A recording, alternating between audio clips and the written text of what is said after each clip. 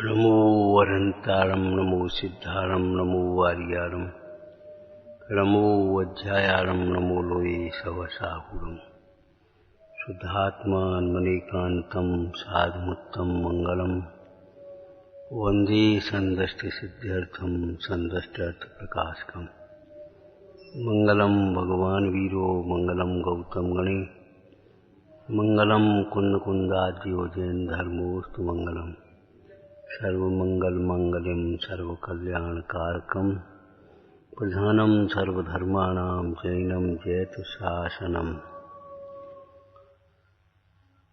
अब्बरगाय भव्यानां शुद्धये स्वात्मने पुनः बक्षे नियम सारस्य वृत्ति तात्पर्य संगता। ओम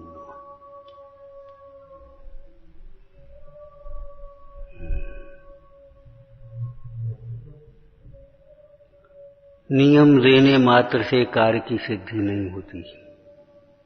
जैसे कल एक बात कही थी, केवल तत्व ज्ञान से कसाएं नहीं मिटती। ज्ञान का कार्य जानना है। सवेरे कोई चर्चा आ गई थी, ज्ञान के सम्यक ज्ञान कहता है, कहता नहीं। ज्ञान का काम कहने का नहीं है, ज्ञानी कहते हैं। जब राग उदय आता है तब ज्ञानी कहते हैं। ज्ञान का कार्य तो जानने का है, ज्ञान जानता है। तो सम्यक ज्ञान दोषों को दोष जानता है,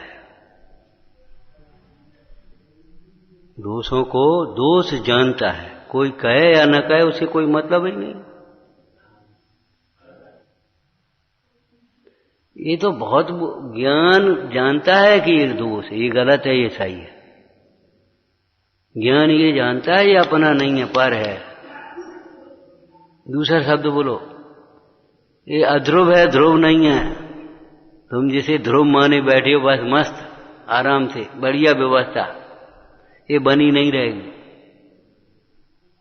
सम्यक ज्ञान जानता है ये अध्रुव है। चाहे स्वास्थ्य हो, चाहे यौवन हो, चाहे धन हो, चाहे संयोग हो, चाहे क्षयोपशम हो, चाहे कषायों की मंदता हो, ये अध्रुव हैं। सम्यक ज्ञान जानता है ये अशरण हैं, काम नहीं आएंगे एक भी। एक भी काम नहीं आएंगे। ये हमारा मोह है जिन्होंने अपना मानते। ये सम्यक ज्ञान जानता है। सम्यक ज्ञान ही तो जानता है ये मोह है, ये राग है, ये द्वेष है, ये बंध है, ये संसार है, ये परिग्रह है, ये हिंसा है। तत्व ज्ञान को जो नहीं सुनते, अभ्यास की बात तो बहुत दूर है, उनको लगता है ये हिंसा है। कितनी होश से काम करते, लगता है ये हिंसा है। पानी आया और लई ले जम और पूरी सड़क धो डाली। सड़क फालतू, कोई मतलब नहीं है। वो पानी फेंका, कितना बहा दिया, 2-4 ड्रम वैसे ही बिना काम के। लगता है ये हिंसा है। इतना पानी किसी और के काम भी आ सकता था, अनावश्यक है। पंडित जी ने क्या लिखा है, सदा सुखदास जी ने, किसान खेती करते समय कितना पानी उसको सिंचाई में देता है, उसके कारण से वो हिंसक नहीं कहलाता। लेकिन अप्रयोजन भूत बिना मतलब के तुम 2 लोटा पानी फेंक देते हो तो हिंसा। तुम्हारी परिणाम में निर्दयता आ गई, किसी और के काम आ सकता था।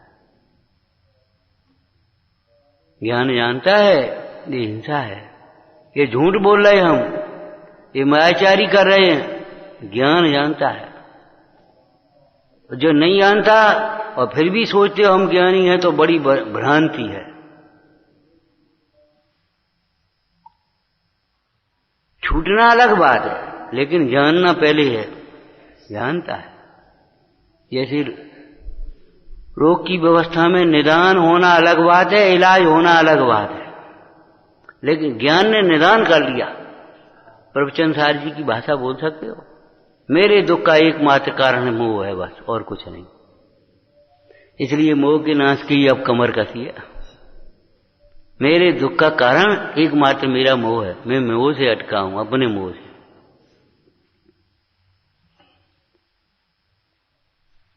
गलत की परिभाषा ही नहीं जानते। जो जो सही नहीं है सब गलत ही है। सही उत्तर एक होता है, गलत उत्तर तो अनंत होते हैं। यदि हम अपने को परमार्थ से देखें, आत्मा नहीं देख रहे, तो सब गलत ही देख रहे हैं। जो कुछ देख रहे हैं, जो कुछ मान बैठे, सब गलत है, एकदम गलत। व्यवहार न है, अरे व्यवहार न है तो तब होगा जब परमार्थ होगा भीतर। एकांत मिथ्यात्व में और सम्यक एकांत रूप नय में अंतर है। नय सापेक्ष होता है, वो निरपेक्ष होता है। मिथ्यात्व बिल्कुल ठीक है। क्षण सर्वम क्षणिकम ब्रह्म सत्यम जगन मिथ्या। जगत मिथ्या है, जगत मिथ्या नहीं है, जगत को अपना मानना मिथ्या है। जगन मिथ्या का अर्थ क्या है? जगत को अपना मानना मिथ्या है। इष्ट अनिष्ट की कल्पना मिथ्या है, सुख दुख का कारण मानना मिथ्या है। जगत मिथ्या है तो ये मिथ्या है, ये सामने तो है। मिथ्या कैसे है? जैसे तेरा अस्तित्व है ऐसे ही छह द्रव्यों का अस्तित्व है। तो मिथ्या क्या है? मिथ्या वस्तु में थोड़ी होता है, मिथ्या मान्यता होती है। मिथ्या दर्शन, मिथ्या ज्ञान, मिथ्या चारित्र।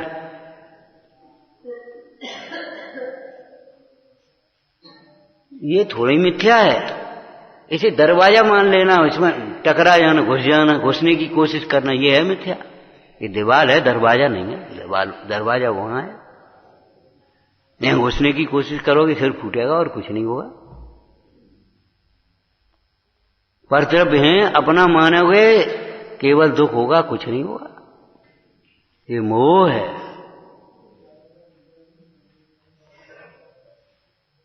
ये हमारी भूल है जो हम कर्ता मानते हैं, होता स्वयं। ये हमारी भूल है, विपरीत मान्यता है।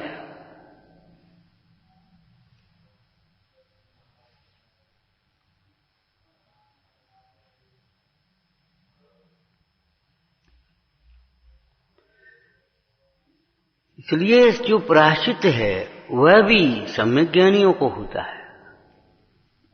कौन सा प्रायश्चित? शुद्ध निश्चय प्रायश्चित। व्यवहार का प्रायश्चित तो व्यवहार नय से कहा हुआ प्रायश्चित क्या होता है? अपने दोषों को आगम के ज्ञान से भली प्रकार दोष समझते हुए अंतर में उसकी निंदा करना, गुरुजनों के सामने गरहा करना। गुरुजन नहीं हो तो भगवान है, नहीं हो तो ये नहीं है उनके होते हुए भी भगवान है। ये नहीं है व्यवस्था, ये छल है। क्यों? वो प्रतिमा बोलेगी नहीं कुछ।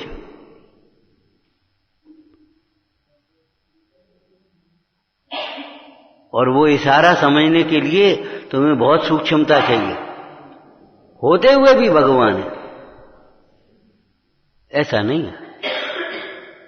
ये आचार्यों का कार्य है, गुरुओं का कार्य है।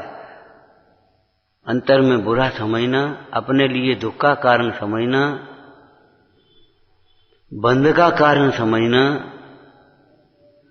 गुरुओं के सामने गरहा करना, फिर वे जो प्रायश्चित दें उसको बड़े हर्ष भाव से वैद्य की द्वारा दी गई औषधि के समान सेवन करना।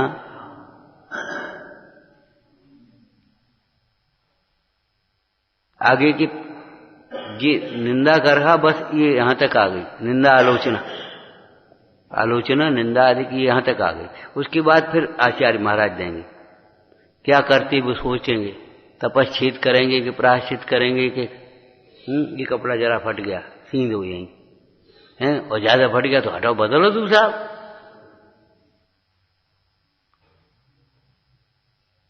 जरा सी उसमें कुछ गड़बड़ वो आ गई, क्या नाम, जरा एक तिनका आ गया, निकाल दो, पूरी सामग्री काम में ले लो। लेकिन उसमें जहर पड़ गया तो तो फेंको उसको, किसी दूसरे के खिलाने लायक भी नहीं है।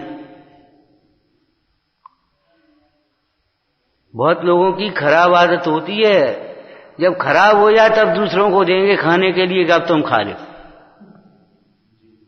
चाहे आदमी हो चाहे पशु हो, खराब हो जाएगी तब देंगे। ये बहुत ऐसे लोगों को खराब भोजन मिलेगा।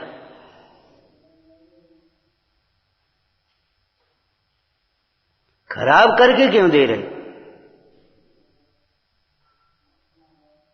थाली में झूठा छोड़ करके फेंक देंगे। अरे भाई तुमसे नहीं खपता, उतना दूसरे को दे दो। हम मने देने के लिए मने नहीं कर रहे।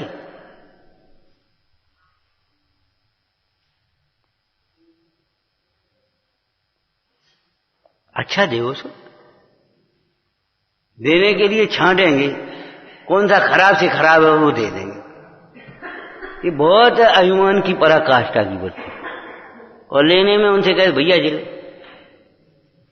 वो हमारे लायक नहीं, हम नहीं ले पाए, उसके लिए जी वो अपना।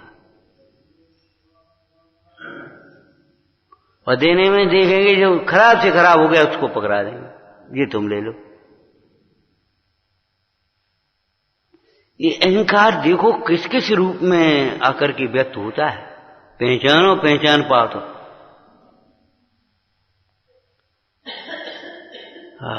माल की जैसे लौकिक में रत्नों की परख कठिन है, आदमी की परख उससे ज्यादा कठिन है। और भावों की परख तो फिर सूक्ष्म है, उपयोग सूक्ष्म चाहिए।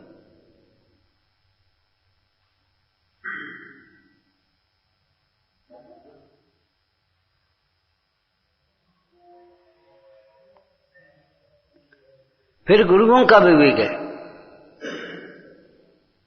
कौन सा प्रायश्चित, तब प्रायश्चित देते हैं कि परिहार प्रायश्चित देते हैं, खेदोपस्थापना प्रायश्चित देते हैं, क्या देते हैं वो उनका काम। हमारा काम आज्ञा पालन का है। उन्होंने जो प्रायश्चित दिया है उसे विधि पूर्वक अंगीकार कर है। हम ये कह रहे हैं इस व्यवहार प्रायश्चित से दोष मंद होते हैं,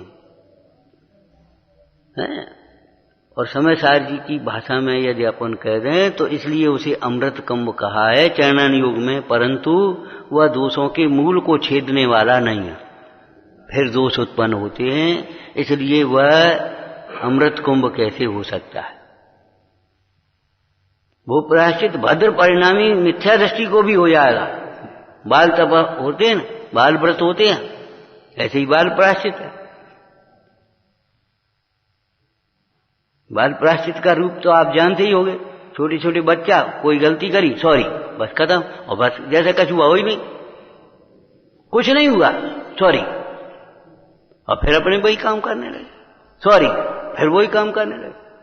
और 4-6 दिन बाद तो फिर क्या होता है, सॉरी अपने आप नहीं होते। सॉरी बोलो तो सॉरी बोल दिया, नहीं बोला तो कुछ नहीं बोलना है, सॉरी बोलो, सॉरी, बस खत्म। ये मजाक नहीं है, ये मजाक नहीं है।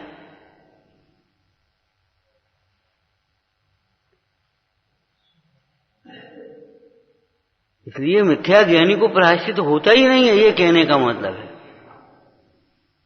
सम्यक ज्ञानी जीव को प्रायश्चित होता है। क्यों? कि सम्यक ज्ञानी ही तो दोष को दोष जानता है। मिथ्या ज्ञानी दोष जानता ही नहीं, तो प्रायश्चित काहे का करेगा। तुमसे कहीं क्षमा मांगो, काहे की क्षमा मांगे जब हमें मालूम ही नहीं हमारी गलती क्या है। अब तुम कह रहे तो क्षमा मांग रहे, कोई गलती हो गई तो क्षमा करो। क्या हमसे कोई गलती हो गई? तुम्हें नहीं मालूम गलती हो गई कि सही हो गई। इसका मतलब तुमने जो कर रहे हो, तुमने ये मान लिया हम सब सही कर रहे हैं, सही है हमारी सब। हमसे पूछ रहे हो हम कोई गलती हो गई, अरे धिक्कार है तुम्हारी।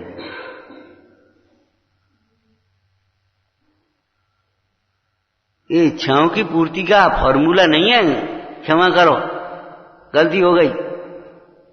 ये अंतरंग की परिणामों की विशुद्धि का उपाय है। इच्छाओं की पूर्ति का फॉर्मूला नहीं है, खुश करने की बातें नहीं है। ये खुश रहने की बातें हैं, निर्दोष रहने की बातें।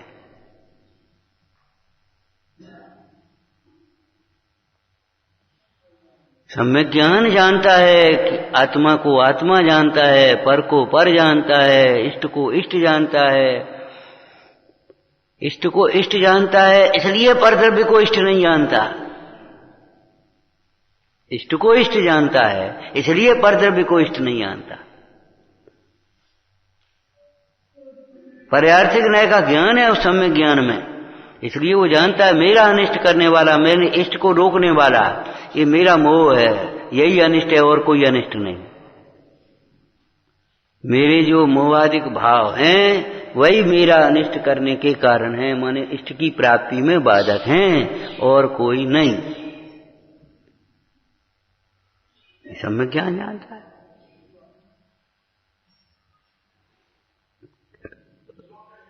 सम्यक चारित्र त्याग का नाम है, जानने का नाम सम्यक ज्ञान है, कहना अलग बात है।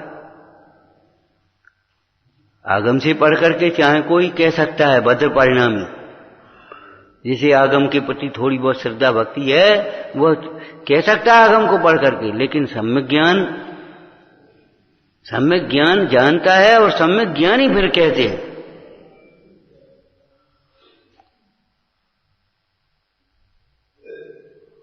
और सम्यक चारित्र त्याग छूटता है। कहा था ना, पाप को पाप जानना ये सम्यक ज्ञान है, पाप को पाप मानना ये सम्यक दर्शन है, और पाप का त्याग करना ये सम्यक चारित्र।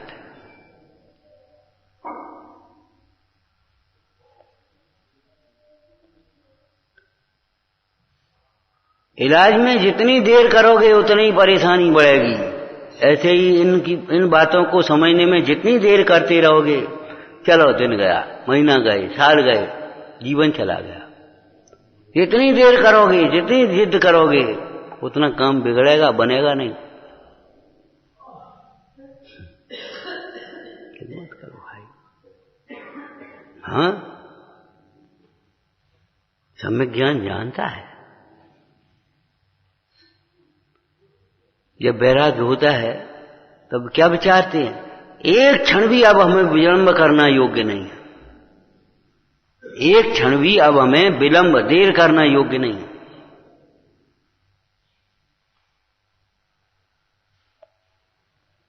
ये टाला टूली की बात तो नहीं है, कल देखेंगे, एक महीना बाद देखेंगे, तेरा ये निबट जाए सो देखेंगे। अरे नहीं, एक क्षण भी विलंब करने लायक नहीं।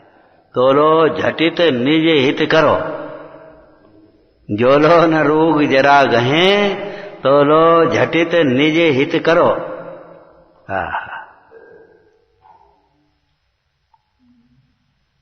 उस प्रायश्चित की चर्चा,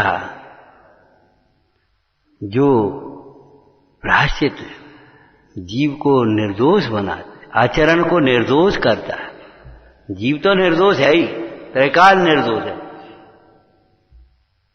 जीव की वृत्ति निर्दोष होती है, जिससे वो प्रायश्चित कैसा होगा। निर्दोष होने के लिए कोई निर्दोष चाहिए, उस निर्दोष का आश्रय चाहिए। कोई दृष्टांत दिया था, पंच कल्याण करना हो, नई प्रतिमा की प्रतिष्ठा करनी हो, तो प्रतिष्ठित प्रतिमा तो पहले चाहिए, चाहे दूसरे गांव से लाओ। क्या करें बता? ऐसा कोई पंच कल्याणक है, प्रतिष्ठित प्रतिमा एक भी नहीं। कहां रखोगे? विचार करो, कैसे तुम पूजा करोगे? प्रतिष्ठित प्रतिमा के साक्षी में पूजा करते हुए नई प्रतिमा पर पूज्यता का आरोपण करते जाएं।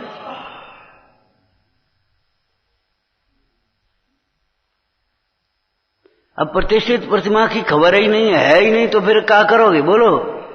ऐसे निर्दोष स्वभाव की तुम्हें खबर नहीं है, परिणति तुम्हारी निर्दोष कहां से होगी? तुम तो दोषमंद हो गए, सो निर्दोष मान बैठे, अथवा अपने को निर्दोष मानते हैं, दूसरों को दोष मानते हैं।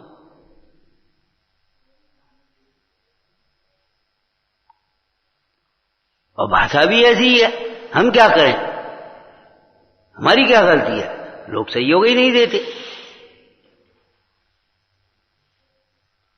भाई कोई सुनता ही नहीं है,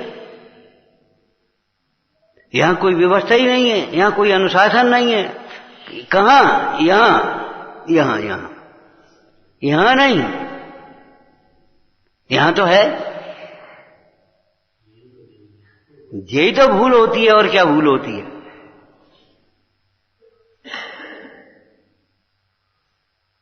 हमसे किसी ने कही नहीं है, हमसे हमारी कोई सुनता नहीं। अरे रे प्रभु, सारी बातें तेरी मिथ्या हैं, तुम भगवान की नहीं सुनते। तुमसे कही तो है, भगवान कह रहे हैं, कह तो रहे हैं, कैसे कहें? भगवान ने कही है कि नहीं? जिनवाणी ने कही। क्या करें, कोई समझाने वाला नहीं, कहने वाला नहीं है तो है तो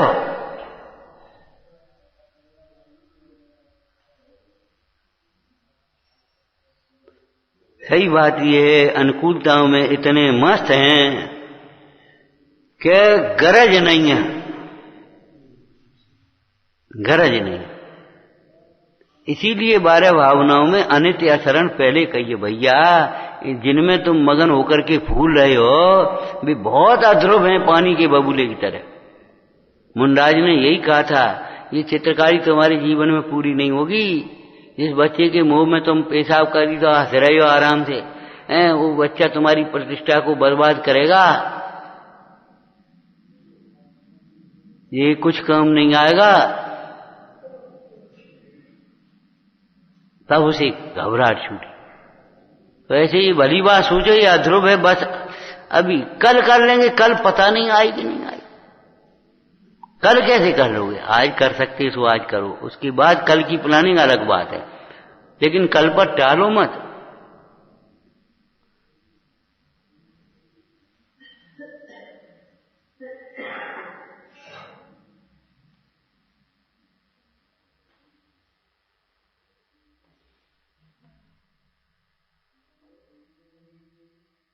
तुम्हारे आयुर्वेद में एक अनिद्रा नाम का रोग है, एक ज्यादा नींद आना, ये भी रोग है? उस ज्यादा नींद आने के रोग के लिए चिंता, शोक, भय, ये भी नींद को दूर करने वाले हैं। जैसे सांस सुनते में नींद आया है, भट्टी पर बैठे नींद तो किसी को नहीं आती पूरी सेकते हुए, वहां तो अभी जल जाएंगे। यहां क्या होगा? भीड़ भाड़ की दुकान में तो नींद नहीं आती, क्यों? अभी नींद आ गई तो ब्याल उठा ले जाएगा कोई, तो भय होना चाहिए हमको। लेकिन भय भी हमारा पराश्रित होता है। अब यार डांट पड़ जाएगी, कोई देख लेगा, अरे नहीं, कर्म बंद होगा।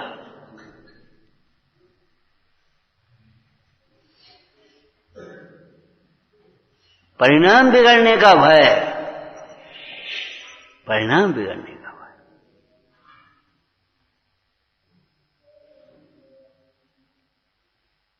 भय जीव को सावधान बना देता है। इसीलिए कहा है, भय बिन प्रीति न होए गोसाई। क्या मतलब है? जब तक संसार से भय नहीं हो तब तक तुम्हें प्रीति नहीं लगती। सारे अर्थ सियादबाद से निकालो, आप सही निकलेंगे, नहीं निकालोगे तो नहीं निकलेंगे। हमारा मोह मिथ्या है, हमारे विकल्प मिथ्या हैं। ये होने वाला कार्य सब होता रहेगा, कुछ नहीं रुकेगा हमारे बिना, और हम रहते हुए भी कुछ नहीं कर पाएंगे। हमारे विकल्प मिथ्या है।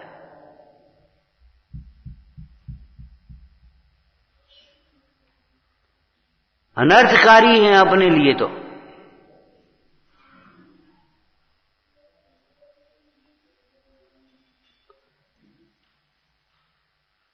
नियम लेने मात्र की से कल्याण नहीं होता। जैसे तत्व ज्ञान से अकेले से काम नहीं चलता। तत्व ज्ञान में दो है, एक तो तत्व की जानकारी हो जाना, जिसको लौकिक जीव ज्ञान मानते हैं, परिभाषाएं समझ ली, भेद प्रभेद समझ लिए, और बस हमें तत्व ज्ञान हो गया। ये बड़ी भूल है, इसका नाम ज्ञान नहीं है। जीव तत्व का ज्ञान जीव तत्व के लक्ष्य से हो, तब तो जीव का ज्ञान है, और अजीव तत्व का ज्ञान भी जीव के लक्ष्य से हो।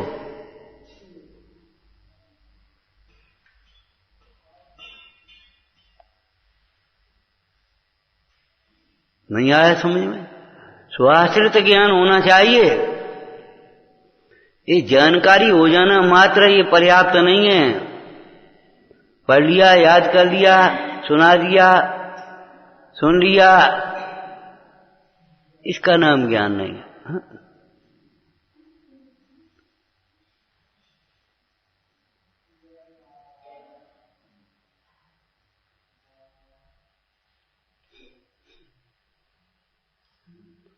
तत्व ज्ञान का भी दो, एक तो तत्वों की जानकारी हो जाना और एक तत्व ज्ञान का मतलब है स्वभाव के आश्रय से तत्वों का यथार्थ भाव भाषण होना।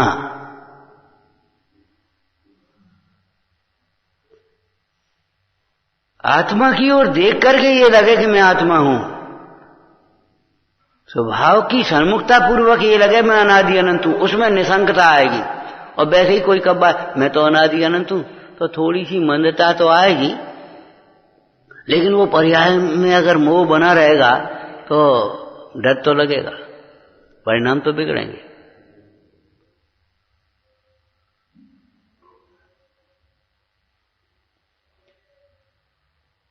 लेकिन हम सच्चे तत्व ज्ञान की बात कर रहे हैं।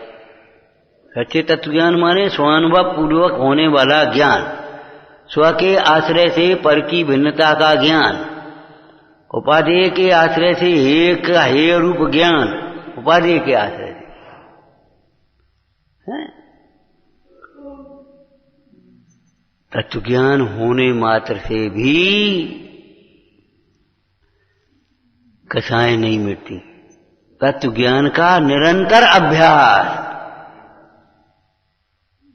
जैसे ये बल्ब जलने के लिए धारा निरंतर चलना चाहिए, उसमें एक क्षण को भी अगर वहां खटकी तो उसी समय रुक जाए, निरंतर।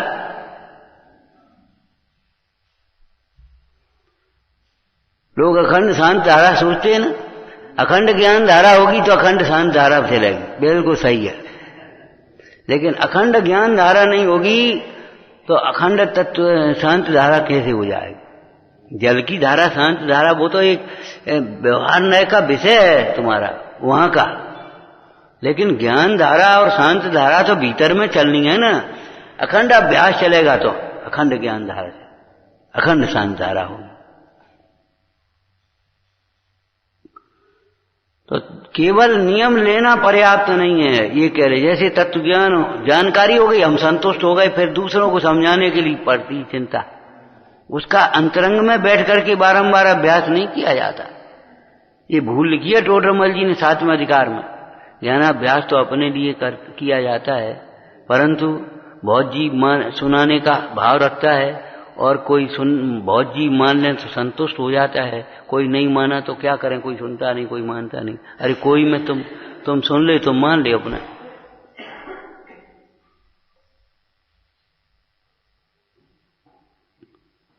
कोई से क्या मतलब? ज्ञानाभ्यास तो अपने लिए किया जाता है। ऐसे ही यहां समझ लेना, नियम लेने मात्र पर्याप्त नहीं है। नियम के निर्दोष पालन की मुख्यता रहना चाहिए। टूटे नियम न कोई, दृढ़ता हृदय में लाऊं। टूटे नियम न कोई, नियम में कोई दोष न लगे, अतिचार न लगे, इस बात का ध्यान रखना चाहिए।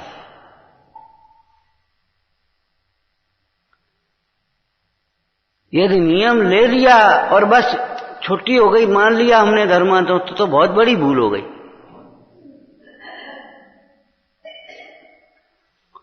और जिस नियम में दोष लगा है उस नियम का पुनः धारण करना, यही सबसे पहला प्रायश्चित है। देखो, देशभूषण कुलभूषण राजकुमार थे, अज्ञान दशा में उनकी बहन के प्रति विवाह करने का भाव हो गया। वैसा कुशील का परिणाम नहीं, जानबूझ करके।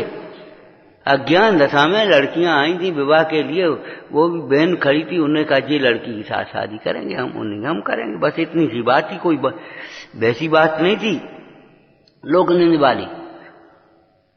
लेकिन जब उन्हें ये मालूम पड़ा बहन है तो क्या प्रायश्चित किया बोलो? अब ब्रह्मचारी महाव्रत धारण करेंगे, दुनिया की सारी स्त्रियों को अपने बहन समान, माता समान, पुत्री समान समझेंगे। ये नियम प्रायश्चित हुआ। देखो पहला प्रायश्चित करेगा व्रत, ये प्रायश्चित है। काय का प्रायश्चित? व्रत। काय का प्रायश्चित है ये व्रत? व्रत में अतिचार लगने का प्रायश्चित, व्रत का ही धारण करना है दोष व्रत। ये पहला, सबसे पहले हड्डी टूट गई वहीं की वहीं जोड़ो।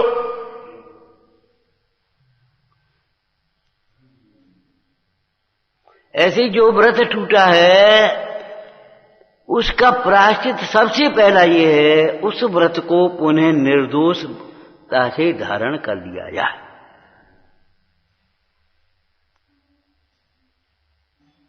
और अगर उस व्रत को धारण नहीं किया निर्दोषता से, और बस प्रायश्चित हमने वो माला फेर ली, हमने रस छोड़ दिया, हमने ये कर लिया, अरे उस व्रत के लिए क्या किया ये तो बता भले आदमी, व्रत के लिए क्या किया तूने?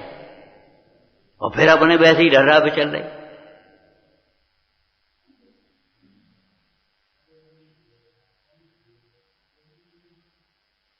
जिस समिति में हमारा दोष लगा है, भाषा के बोलने में, चलने में अनर्गल चल पड़े, पहले नियम लो, नहीं अब नहीं। भाषा बोलने में, आहार करने में ऐसा समिति, उठाने धरने में आदान निक्षेपण समिति, मलमूत्र के त्याग में क्वचित कदाचित किंचित, क्वचित कदाचित किंचित दोष लग जाता है, उसका प्रायश्चित करते हैं। बाद बाकी बिल्कुल भंग हो जाता, उसका भी फिर छेदोपस्थापना है, पुनर्व्रत धारण करना, वो भी प्रायश्चित होगा। लेकिन हमारा मतलब ये है, जिस व्रत को, जिस समिति को, जिस आचरण को, जिस चीज को में दोष लगा है, उसको निर्दोषता से धारण कर, उसका दोषारोपण दूसरे पर नहीं करना।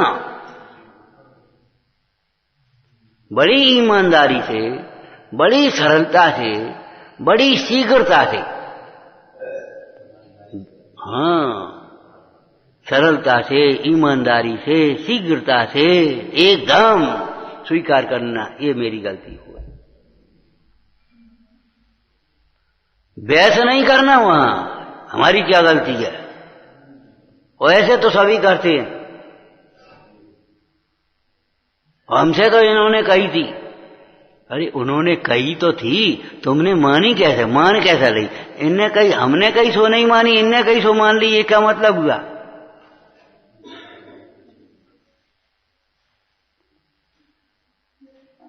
अभी यहां स्वाध्याय हो रहा है, वो तो सुने नहीं, और वे पीछे से जो बातचीत कर रहे वो सुन ले, तो ये क्या मतलब हुआ?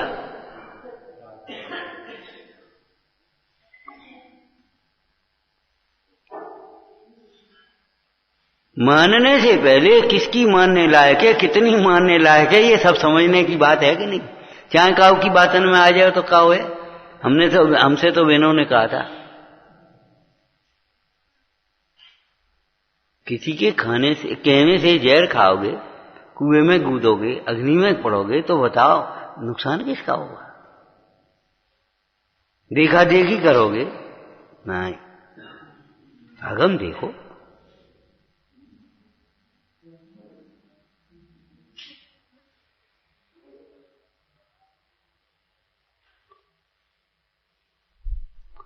देखो, है निश्चय का कथन, उसमें भी साथ में ये व्रत, समिति, शील, संयम रूप परिणाम, इंद्रिय निग्रह रूप भाव, यह प्रायश्चित हैं, और वह निरंतर कर्तव्य है, निरंतर।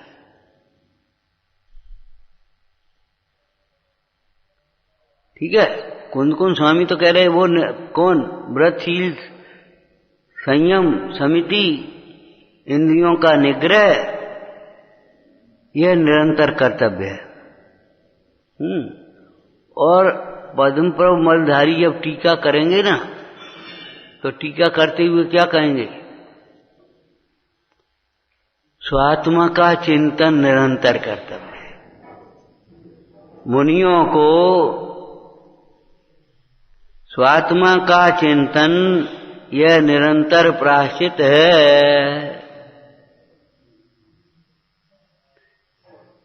क्या मतलब? स्वात्मा का चिंतन करते हुए उन मुनिराजों के व्रतों में, शील संयम में, आचरण में किंचित मात्र भी दूषण लग ही नहीं पाता, इसलिए निरंतर प्रायश्चित है। प्रायश्चित माने ऊपर जो अर्थ किया था उसी में से बोलो, प्रचुर रूप से शुद्धि, माने बहुत शुद्धि उनकी बढ़ती है। और सही बात है, कोई भी कार्य किया जाए और आत्महित की दृष्टि से किया जाए, आत्म स्वभाव की दृष्टि से किया जाए, कितनी शुद्धता रहती है उसमें।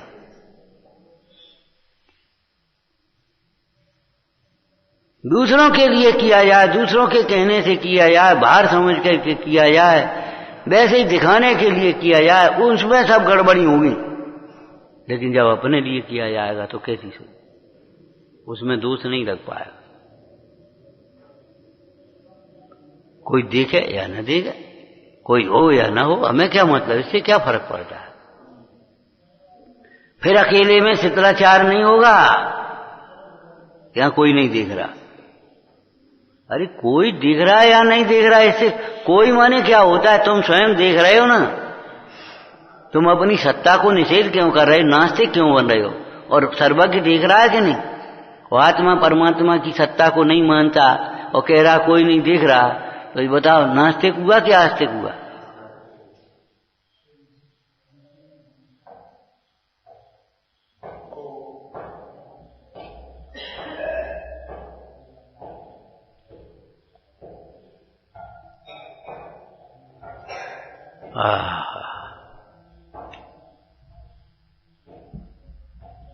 व्यवहार प्रायश्चित और निश्चय प्रायश्चित, दो प्रायश्चित नहीं है।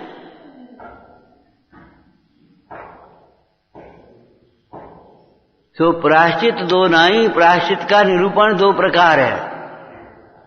स्वात्मा के आश्रय से निर्दोष आचरण का होना ये निश्चय प्रायश्चित है, और जो प्रायश्चित का निमित्त और सहचर है, एक साथ तो स्वरूप लीनता नहीं है ना। एक साथ जब स्वरूप लीनता नहीं है, तब फिर जो बीच में जो परिणाम में किंचित दूषण हुआ, उसकी जो शुद्धि करी। भाई देखो, कपड़े होंगे तो मैले होंगे और धोने ही पड़ेंगे। एक ही उपाय है, कपड़े ही नहीं हो तो मैले कहाँ होंगे। ऐसे ही जब तक शरीर है और शरीर के प्रति किंचित मात्र राग है, अथवा धर्मानुराग है, तो भाई विकल्प तो आएंगे। विकल्प आएंगे तो भाई उन विकल्पों को मिटाने के लिए स्वात्म चिंतन करना पड़ेगा, नहीं तो ये विकल्प चलते ही आएंगे। स्वामी गाथा में एक बढ़िया सुंदर चर्चा है समय सार जी की में, यदि आत्मा निमित्त निमित्तिक भाव से भी परद्रव्य का करता हो का मतलब अपने को कर्ता माने, तो अनित्य कर्तृत्व का प्रसंग आएगा। मतलब क्या है, उसके हमेशा फिर करने के विकल्प आ जाएंगे। इनको समझा, फिर इनको समझा, फिर सबको समझा, फिर एक गांव को सुधार, फिर सारे देश को सुधार, सारे विश्व को सुधार, कहां तो जीवन पूरा हो जाएगा। स्वात्म चिंतन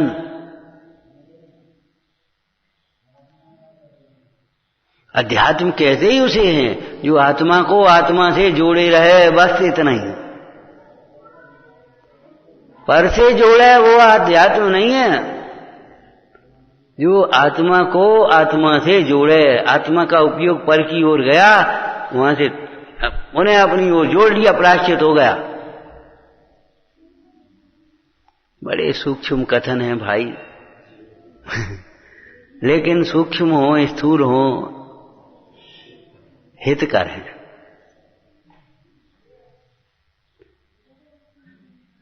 जैसे विवाह करे कोई, तो फिर बाल बच्चे होंगे, व्यापार धंधा होगा, घर गृहस्थी होगी, संयोग वियोग होंगे, वे तो होंगे।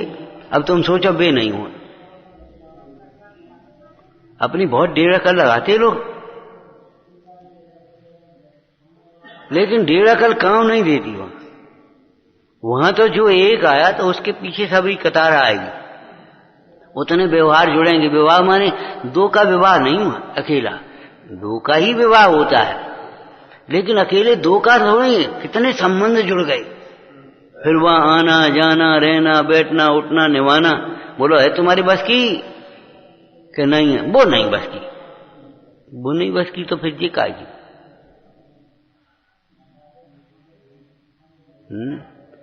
तो जैसे विवाह होगा तो ये सारे के सारे संयोग वियोग और रिश्ते नाते संबंध जुड़ेंगे और उनकी निर्वाह में करना पड़ेगा, कितना एडजस्टमेंट करना पड़ेगा। ऐसे ही जब हम व्रत लेंगे तो स्वरूप लीनता जब तक होगी तब तक बीच में कितने विकल्प आएंगे और उन विकल्पों का प्रायश्चित लेते हुए आगे बढ़। रोज कपड़े धोते रोज नए पहनते, रोज कपड़े धोते रोज नए पहनते, रोज कपड़े धोते रोज नए पहनते, पहनते कि नहीं? जब कपड़े रोज धोते हैं, झाड़ू रोज लगाते हैं, रोटी रोज खाते हैं, और तुम अगर व्यवहार की दृष्टि से शुभ कार्यों को देखो तो पूजा रोज करते हैं, स्वाध्याय रोज करते हैं, माला रोज फेरते हैं, तो फिर भेद ज्ञान सोचता ही नहीं है, कछु होश ही नहीं है, प्रायश्चित के कछु पता ही नहीं है।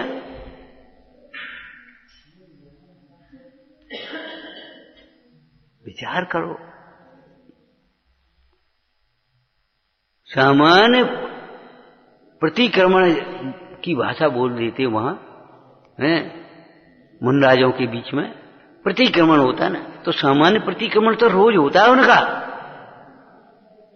व्यावसायिक प्रतिक्रमण बोलते हैं, रात्रिक प्रतिक्रमण है, पाक्षिक प्रतिक्रमण, ये नहीं लगे हो ये।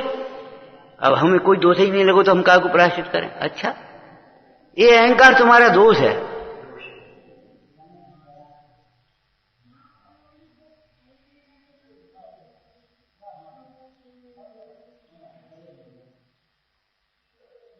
सवेरे उठ के झाड़ू लगाने हैं, सर्दियों में इतना कूड़ा निकल पाता है, माने बहुत आंधी चलती नहीं और कुछ होता नहीं, बाहर से ज्यादा भीड़ भाड़ है नहीं, माने कूड़ा नहीं के बराबर ऐसा ही दिखा तो जरूर हो, लेकिन तो अभी रोज झाड़ना ही है।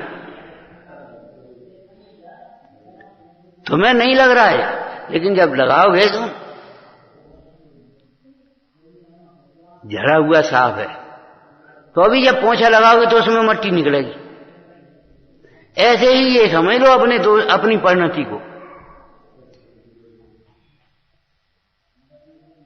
अपनी परिणति को ऐसा मत समझो बस ठीक है चल रही है, कल दिन कोई गलती हो गई तो क्षमा मांग ली, कोई गलती हो गई। स्थूल बुद्धि कब तक बनी रहोगे भैया? विचार करो, निरंतर अपने स्वरूप में की साधना, निरंतर अपने स्वरूप की साधना करो। इसलिए ये प्रायश्चित निरंतर कर्तव्य है, ये क्या निरंतर कर्तव्य है।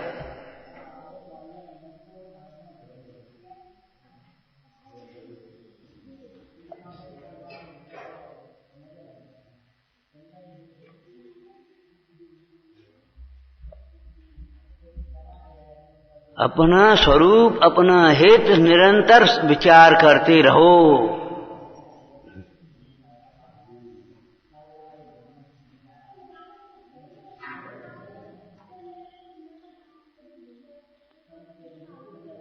जो बच्चे भी अगर इस भ्रम में रहते हैं हमें सब याद है और दोहराते नहीं है, पढ़ते नहीं है, वे बिल्कुल फेल हो जाते हैं। याद है तुम्हें तो अभी निरंतर दोहराते रहो, निरंतर दोहराते रहो।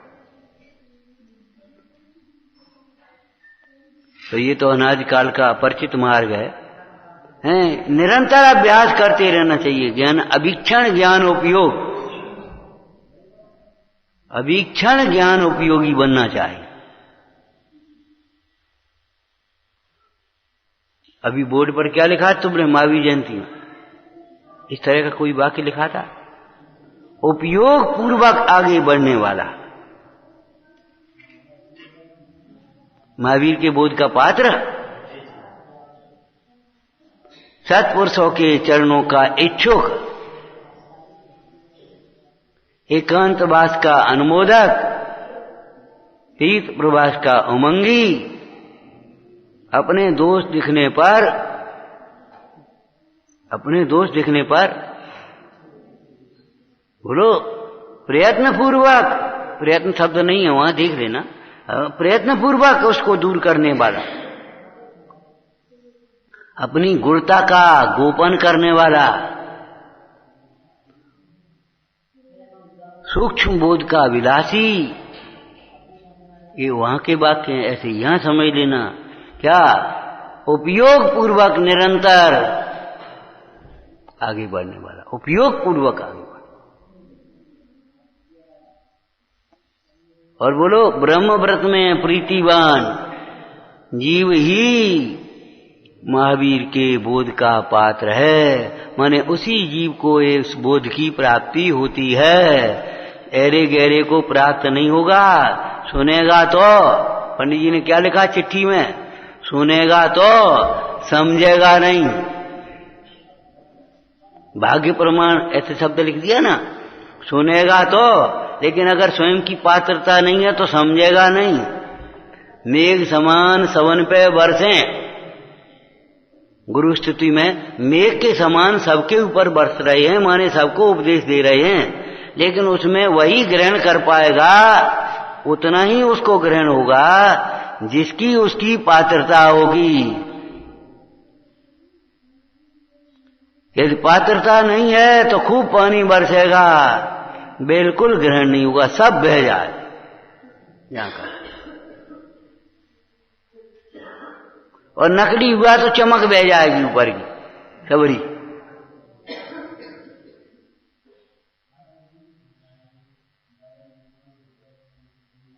असली हुआ तो मैल बह गया तो चमक निकल आएगी, लेकिन अगर नकली हुआ तो चमक सबरी चमक और बह जाएगी सबरी से। उपयोग पूर्वक आगे बढ़ने वाला, ब्रह्मव्रत में प्रीतिवान। हमें जो तत्व की प्राप्ति अभी तक नहीं हुई, इसमें निमित्तों का दोष नहीं, योग्यता नहीं, वह निश्चय की अपेक्षा से कथन है। मूल में तो क्या कहना व्यवहार नहीं थे कि हमारी ही पात्रता नहीं है। जिस दिन पात्रता होगी उसी दिन सारी व्यवस्थाएं बनेंगी। इसलिए अपनी पात्रता बढ़ाओ, उपयोग पूर्वक आगे, प्रायश्चित निरंतर। क्यों? दोष निरंतर है ना। मुंडाज को कौन से दोष है? कोई दोष नहीं है, चरणान योग से निर्दोष का पालन हो रहा, तो अभी कौन सा दोष है? बोलो, स्वरूप की अस्थिरता का ये दोष है कि नहीं? आहार लेने में कोई दोष नहीं है, 40 दोष टाले हैं, लेकिन आहार लेना ही दोष है कि नहीं? अरे अनाहारी स्वरूप की दशा नहीं है ना अभी। आहार लेने में दोष नहीं लगा रहे, लेकिन आहार लेना ही तो दोष है। बोलने में दोष नहीं है, लेकिन बोलना ही दोष हो रहा है ना। इसलिए निरंतर प्रायश्चित कर्तव्य है। बहुत से लोगों को मिर्गी का दौरा आ जाता है, कोई को अटैक फटैक की शंकाएं रहती हैं, 2 अटैक पड़ गए, फलाना हो गया, तो वो अपनी कहूं जाए भी अपनी दवाई संग रखत कि नहीं रखत? क्यों? बरसात में छतरी संग लेके चलो, अबे नहीं बस जन कहां बीच में बरसत मिल जाए, तो वहां जैसे इंतजाम रखते हो तो यहां क्यों नहीं भैया रखते हो? निरंतर प्रायश्चित को अपने साथ में रखना चाहिए।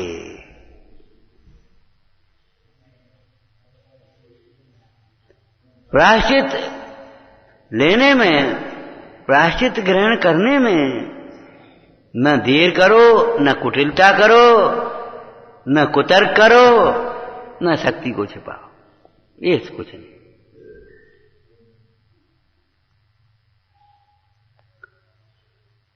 आत्महितकारी समझकर प्रायश्चित को आत्महितकारी समझकर, अपने हित की बात है ये, समझ करके उसमें किसी प्रकार का छल ग्रहण मत करो, छल मत करो, विचारना। सहजानंदी शोध स्वरूपी अविनाशी में आत्मस्वरूप, सहजानंदी शोध स्वरूपी अविनाशी में आत्मस्वरूप।